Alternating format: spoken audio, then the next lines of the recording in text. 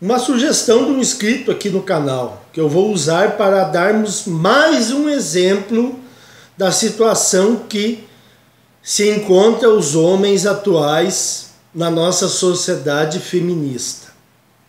Eu já havia lido sobre essa questão antigamente, já há tempos atrás, mas quase já não me lembrava mais. Prestem atenção na desigualdade de tratamentos entre homens e mulheres na justiça. Essa notícia aqui é fresquinha, saída do forno, agora de fevereiro. Registro de paternidade. Vínculo socioafetivo prevalece em relação à verdade biológica. Os desembargadores da 4ª Câmara Civil, por unanimidade, negaram provimento ao recurso interposto contra a sentença de primeiro grau que julgou improcedente a ação negatória de paternidade, tendo em vista o reconhecimento da paternidade socioafetiva, não sendo possível desconstituir o registro de paternidade. Traduzindo, as feministas querem o direito de abortar, parece que o STF está desengavetando mais uma vez a questão do aborto. Em Nova York, acabaram de aprovar o aborto até 9 meses. 9 meses é permitido, o bebê está formado e a mulher tem direito de matá-lo. E aqui o STF desengavetou a questão de novo. Mas o homem não pode exigir o direito de deixar de ser pai de uma criança que não é dele. Como é que nós chegamos a essa situação de tanta disparidade de tratamentos? Questione-se sobre isso. Como que nós chegamos? De acordo com o processo, continuando aqui, o apelante conviveu com a mãe da criança por mais de 2 anos. 2 meses após a separação, a ex-companheira o procurou para informar que estava esperando um filho dele. E, como tiveram um relacionamento, ele assumiu a criança. Assumiu de boa fé.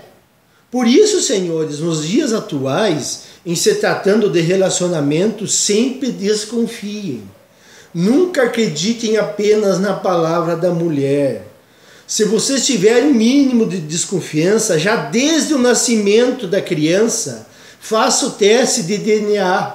Não deixem para depois que vai acontecer o que vai acontecer com esse cara aqui.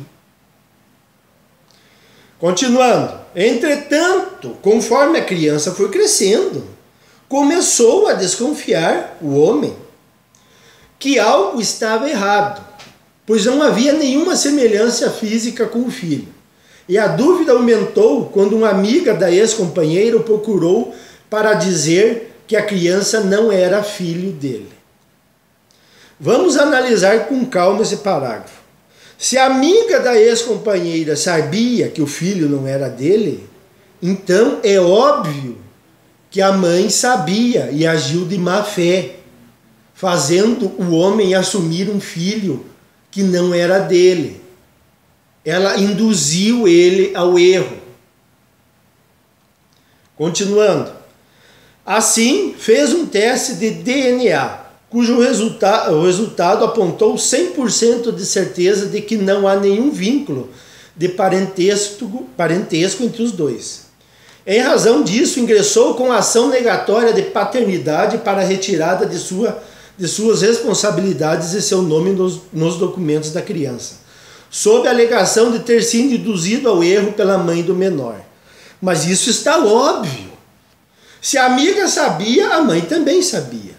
Mas prepare-se, porque a justiça feminista não é imparcial em se tratando de homem versus mulher. Vem bomba aí. O relator do processo, desembargador Alexandre Bastos, lembrou que para ser pai não é necessário apenas o vínculo de parentesco. Até aí, tudo bem. E como comprovado nos autos, há vínculo afetivo entre os dois, pois o próprio apelante confessa que até os dias atuais cuida do menor e não deixa de vê-lo, além de postar fotos da criança nas redes sociais. Mas é claro que ocorreu o vínculo afetivo, pois o homem pensou que se tratava de seu filho biológico. Mas ele foi induzido a pensar assim. Está cristalina essa situação.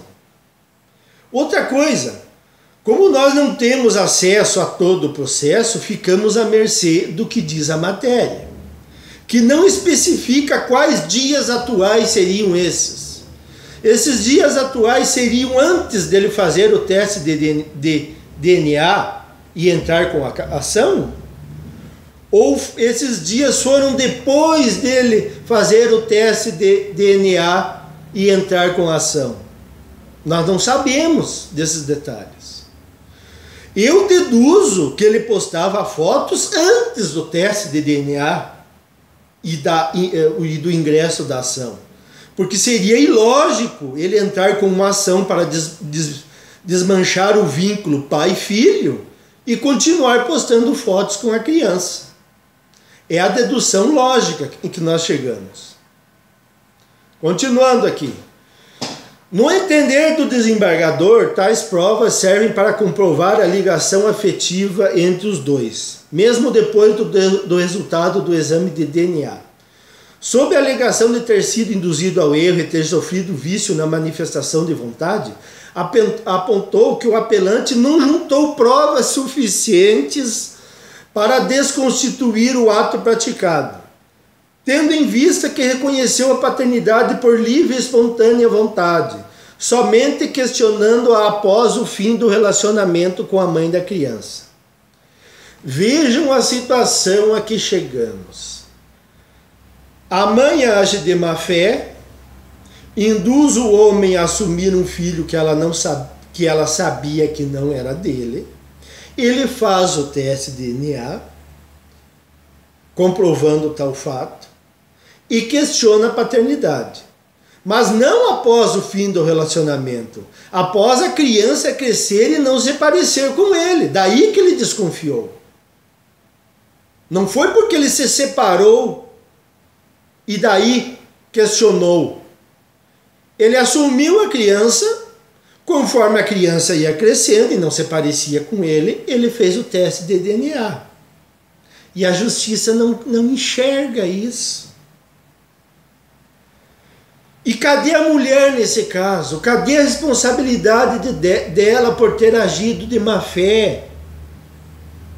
Ele só assumiu a paternidade por ter sido bonzinho bastante em acreditar na palavra da mulher. E o que ele ganhou por ter sido bonzinho? Uma pensão e a mulher dando risada da cara dele. Com a mulher não aconteceu nada. Estão percebendo como é que é o tratamento na justiça? Eu estou inventando alguma coisa aqui? A alegação do apelante de que não deseja ser pai da criança é no mínimo desidiosa ou decidiosa. Quer dizer, não tem cabimento, segundo as palavras da justiça, considerando a impossibilidade de desconstituir a paternidade do infante, somente em razão da ausência de vínculo biológico ou ainda ausência de vontade do apelante de ser pai da criança, e considerando ainda que a paternidade for espontaneamente reconhecida. De novo isso. Ele reconheceu porque ele foi induzido ao erro, sem qualquer vício que demonstre o contrário. Como existe a relação socioafetiva, deve esta prevalecer em atenção às relações jurídicas e familiares, sobretudo o estado de filiação. Isso posto, reconheço do recurso e nego-lhe o provimento. Toma, homem, mais essa para ti. Vai assumir um filho que não é teu. Então quer dizer que o mesmo judiciário que é favorável ao aborto a maioria do judiciário é favorável ao aborto, dando o direito à mãe de matar o seu filho, fica chocado quando um pai enganado procura na justiça não reconhecer um filho que não é dele. E aqui dizendo que a paternidade foi espontaneamente reconhecida, sem qualquer vício que demonstre o contrário. Mas como? Existe o DNA. Só o DNA basta para isso. O que esse desembargador quer mais? É lógico que ele está pendendo para o lado da mulher. Quem é que não vê isso? Então os senhores estão vendo? Os senhores estão vendo como funcionam as leis e a justiça feminista hoje em dia?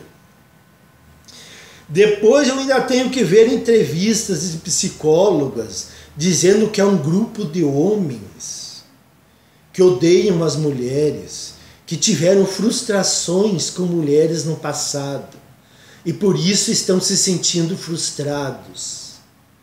São misóginos. Então quer dizer que assumir um filho que não é seu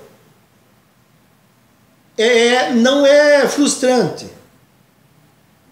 Pagar metade do salário não é frustrante.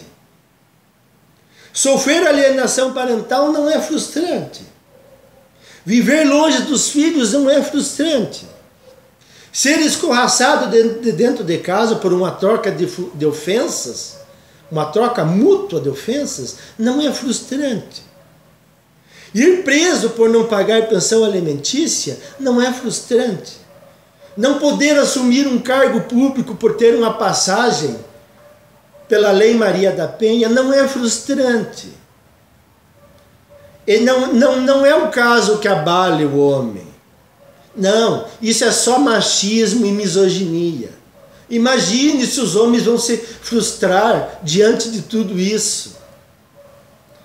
Nós não estamos falando apenas do comportamento da mulher atual. Estamos revoltados. Os homens estão revoltados principalmente com o cabedal de leis e privilégios que as mulheres dispõem e que aumenta a cada dia que passa. Ao ponto dos homens terem que fugir de relacionamentos, em interações com as mulheres, na vida social e no trabalho. Como os caras que estão fazendo lá em Wall Street, fazendo reuniões de portas abertas, com paredes envidraçadas, com medo de serem acusados de assédio sexual. Então, abram o olho, isso que eu falo não é paranoia. Está documentado, registrado e noticiado. A coisa saiu do controle. A maioria dos homens é que teimam em não perceber isso, fazendo de conta que não está acontecendo nada. E daí depois é que nós somos paranoicos e misóginos, por trazer esses assuntos à baila. Era isso aí, pessoal. Eu tenho mais um assunto muito bom para tratar no próximo vídeo. Aguardem.